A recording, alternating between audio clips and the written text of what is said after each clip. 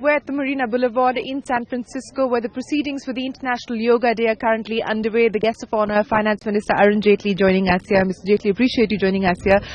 What do you make of the kind of enthusiasm and the response? 191 countries participated in the International Yoga Day. We've created 2 Guinness World Records at the Rajpath ceremony that happened early this morning. What would you attribute the response to? I would attribute it to 2 factors. One, of course, is the concern that everyone has about human health and human body. The other is, in a world of conflicts and tensions, people looking for calmer alternatives. And yoga, which has been an ancient art or a science, as some prefer to call it, in India, over the last centuries has been codified also. And the practitioners have hugely benefited from it.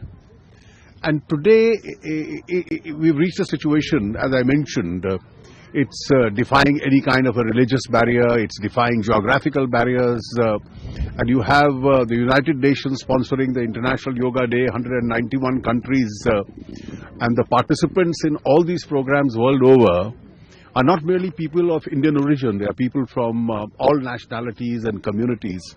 In the United States, I'm told it's being celebrated at 300 different places.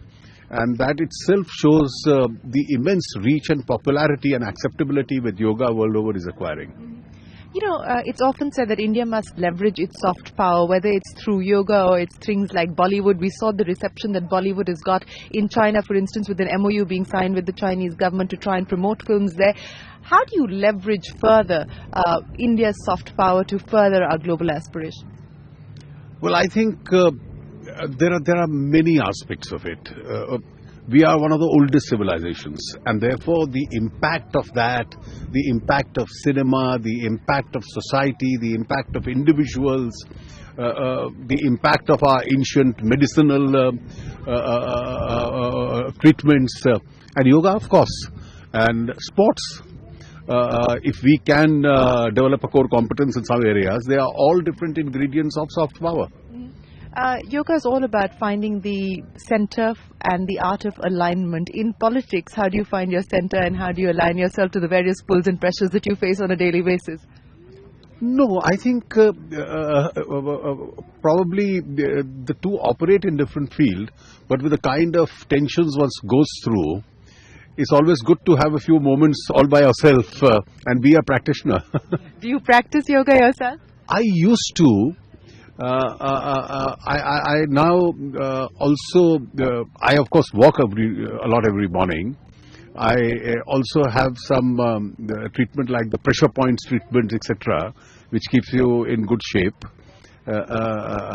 And probably, hopefully, I should get back to yoga, which I earlier used to do. Okay. You know, one of the sort of pivots as far as yoga is concerned, as I pointed out, is the art of alignment. It's also the art of pushing yourself, but knowing when to stop before you sort of, go through some irreparable damage. Government is also about the art of pushing your boundaries. It's about the art of being able to push to the edge, knowing where your limits actually are. What can we see as far as government functioning is concerned? How do you sort of incorporate that into your... I think there would be a slight difference. Governments must always aim higher than what their ability is, because your standards and the measures that you must set for yourself should be much higher than what you've actually achieved. To be satisfied and then say nothing more is possible may not be the best art of governance. It may be appropriate for a human body not to overstress yourself, not to put yourself under pressure, but I think governments should always be a little more restless, because that's only when you can achieve the optimum. But then how do you reconcile with the fact of what you've often said, that reform is only the art of the possible? It's art of the possible, but it's the art of also aiming higher than what is possible. Well, speaking of reform, sir, you're here in San Francisco. You completed the New York leg of your visit. You've already visited Washington, D.C. What are investors now telling you about the India story? I think there's a huge amount of enthusiasm amongst investors, and this enthusiasm is for 2 good reasons. One is they see that India, after 4 or 5 slack years, is trying to pick up again. So the reform process is clear, the government's thinking is clear, a lot of changes are in the pipeline. That's the first reason. The second reason is that globally the world economy isn't doing so well. And when the world economy is not doing so well, investors of course are looking for the best place where they can put their monies. And in this semester they find that India seems to be growing faster. And if we can continue to grow faster at the pace at which we have envisaged, keep our reforms in order, get investment, get a few problems off our back, hopefully have a better monsoon this year, hopefully start all the stalled projects, then of course our aiming at a much higher growth rate would be much better. And of course the investors are very clever people, very wise men. They look for better returns. And amongst, in the midst of a global slowdown, they are looking for faster economies, and India is one of them. But one concern of the investors, which has also registered very loud and clear with me, is that investors hate unpredictability. Investors hate uncertainties. And therefore, our policy domain has to be predictable, has to be certain. It can't be full of any surprises. Speaking of investments, you're here specifically to talk to long-term money. You're here to talk to pension funds, endowments. What is the message that you're going to be giving out to them? Because infrastructure investment is something that India is looking forward to. You would perhaps be talking to them specifically about infrastructure as an investment opportunity in India. How confident do you feel that long-term pension money is likely to come into India?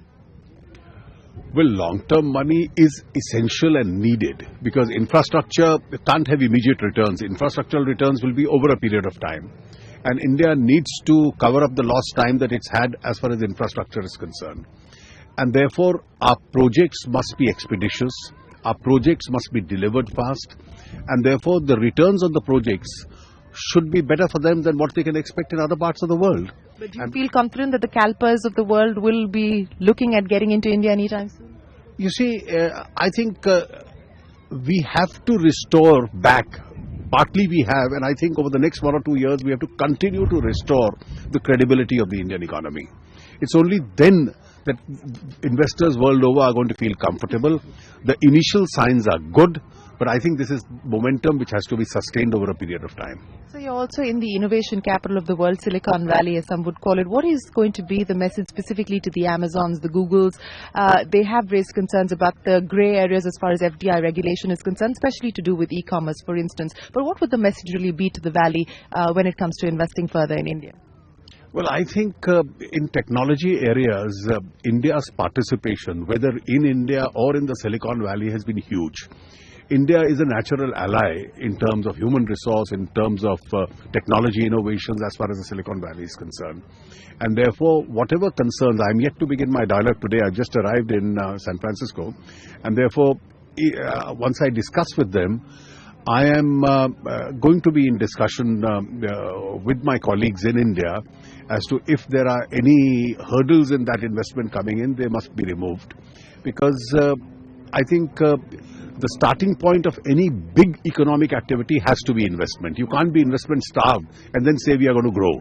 The two are interrelated, and I'm quite conscious of that. What about the concerns of the Indian IT industry, sir? Because immigration continues to be a key cause for concern, and as we move towards the presidential election. These are all issues which we have taken. I've had a meeting with the concerned secretaries in the US government, who are my counterparts, the Treasury Secretary, the Commerce Secretary and the USTR. I've had discussions with them, and this is a problem which is not going to be resolved overnight. It's a problem where you keep flagging the issue, the Americans keep flagging their issues, and quite frequently we find meeting points. My final question, sir, in terms of the diaspora, I know that your government has been making efforts to try and get the diaspora to invest more back home. Some measures have been taken, small measures, but what more can we expect specifically? No, I think there's a big measure which has been taken. Now, equating the OIC investment equal to an NRI investment and making an NRI investment equal to domestic resident investment. Therefore, whenever persons of Indian origin invest in India, it will be in the category of a resident investment. I think this is a great leap forward. Earlier, we used to sporadically come out with NRI or diaspora bonds of some kind. Today, their investment doesn't need specific bonds. It's to be considered a domestic investment in India. Mr. Jaitley, it's always a pleasure speaking with you. Thank you very much for joining us. So thank you very much for your time.